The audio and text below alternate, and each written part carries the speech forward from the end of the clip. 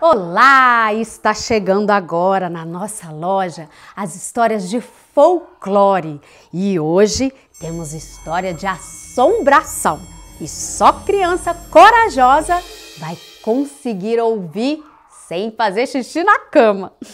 Eu tô brincando. Gente, a história de hoje é sobre uma cobra encantada, uma cobra mágica, a Boitatá. Em 1560, o padre jesuíta José de Anchieta registrou em uma de suas cartas ter ouvido um relato sobre uma tocha de fogo que atacava as pessoas sem alguma razão aparente. Os índios deram um nome a esse facho de luz de Boitatá, que em Tupi-Guarani quer dizer cobra de fogo. E é sobre ela que nós vamos contar hoje. Eu sou Flora Manga e sejam todos bem-vindos à minha fantástica loja de histórias.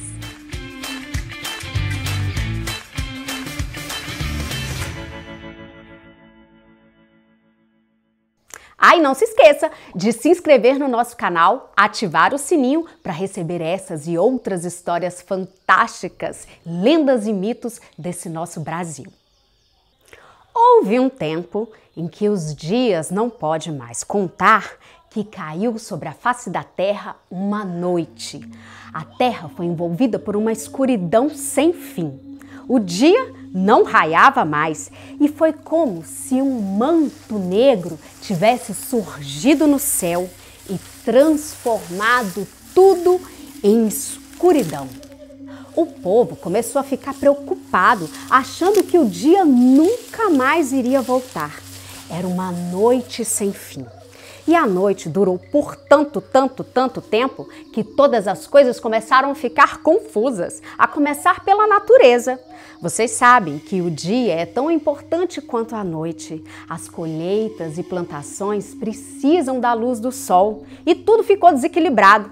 No meio daquela escuridão, as colheitas começaram a se perder e aí foram acabando os alimentos. Isso sem contar com o medo que foi invadindo o coração da tribo. Sim, porque no meio daquela escuridão, as tribos indígenas começaram a ficar com medo de sair para caçar. Se afastassem muito da tribo, tinham medo de não conseguir mais achar o lugar de volta. Porque as estrelas e a lua também tinham se apagado. A única luz que eles tinham vinha do fogo. E assim, a tribo inteira se reunia em volta da fogueira. Mas os dias eram tristes.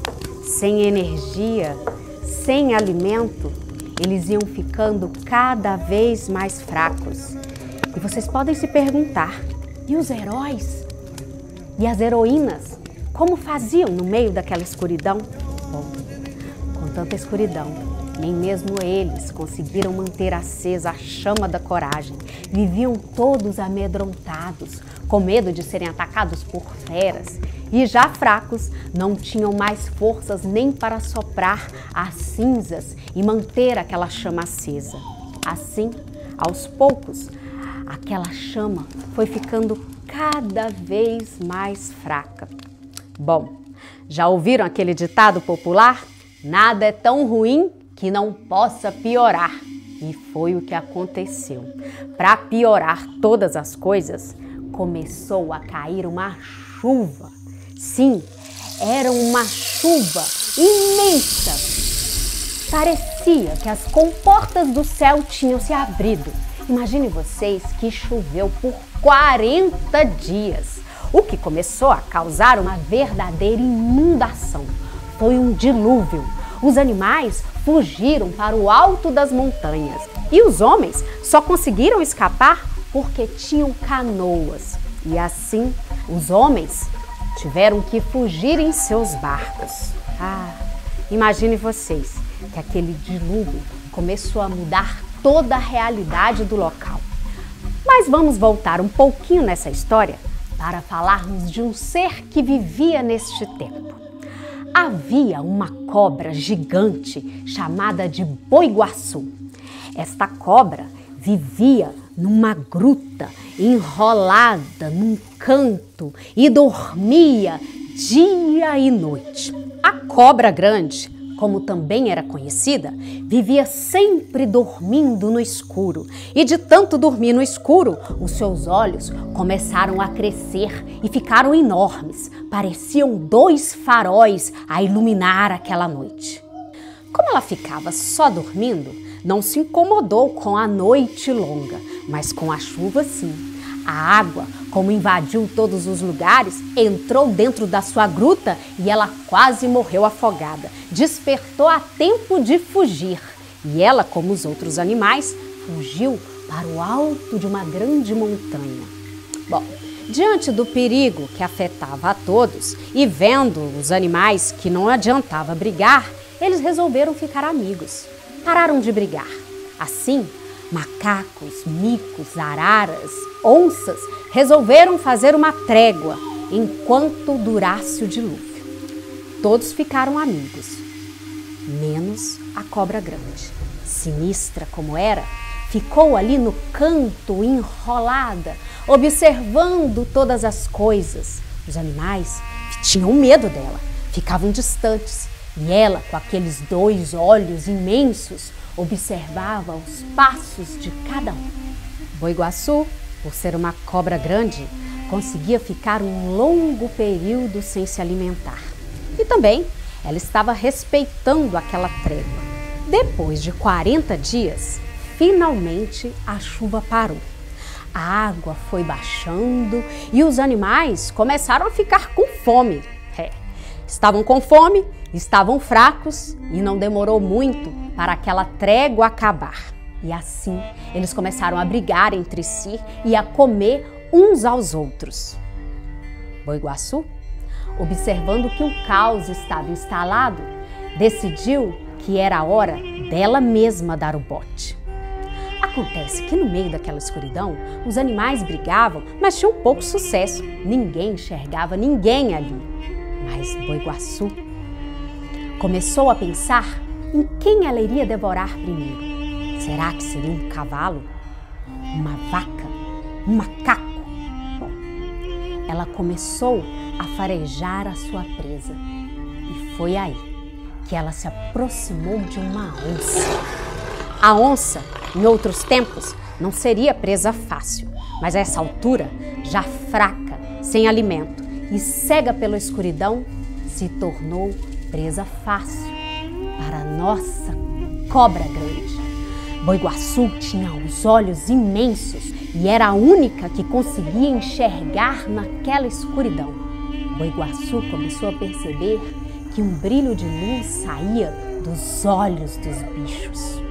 Diz a lenda que os animais guardavam nos olhos o último raio de luz da última manhã que eles viram antes de tudo virar escuridão. E uma onça tinha um brilho especial. E a Boi Guaçu, numa bocada, engoliu os olhos da onça.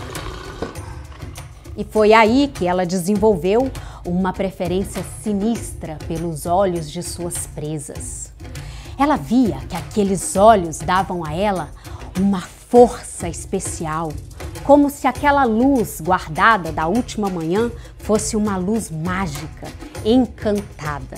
O que se sabe é que ela gostava mesmo dos olhos dos bichos e achava, sinistra como era, que aqueles olhos não iam fazer falta. Afinal de contas, era uma noite sem fim e ninguém nunca iria enxergar nada na escuridão.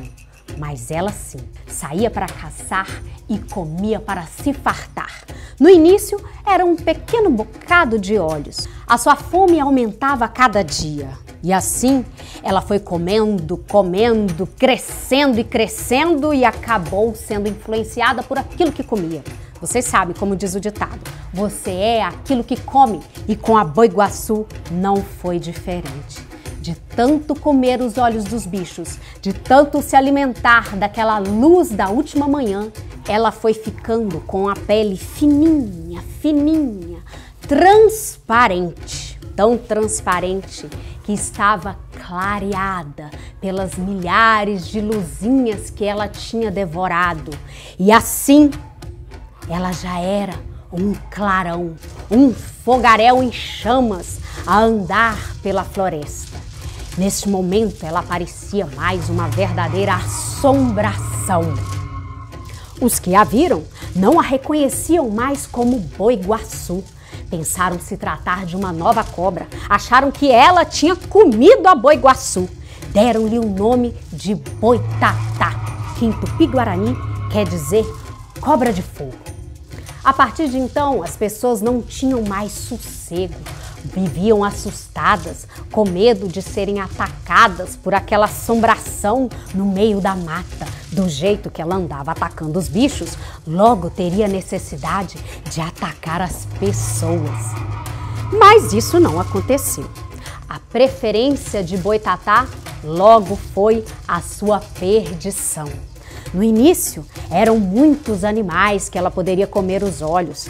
E quando esses acabaram, ela foi comendo os olhos dos bichos que haviam morrido no dilúvio. E já não tinha mais sucesso em suas caçadas, porque agora os animais não eram mais atacados por aquilo que não viam quando ela era Boi-Guaçu. Como Boitatá, o seu brilho na noite era o sinal de que eles precisavam se esconder ou fechar os olhos para não serem capturados.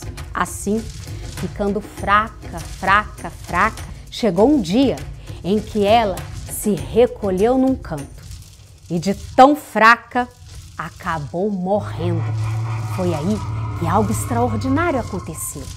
Logo que ela morreu, todo aquele brilho saiu de dentro do seu corpo e foi dissolvendo o manto negro no céu. Assim, o dia voltou outra vez e tudo voltou como era antes. Foi uma alegria. Os homens e os animais puderam mais uma vez ver o raiar do dia.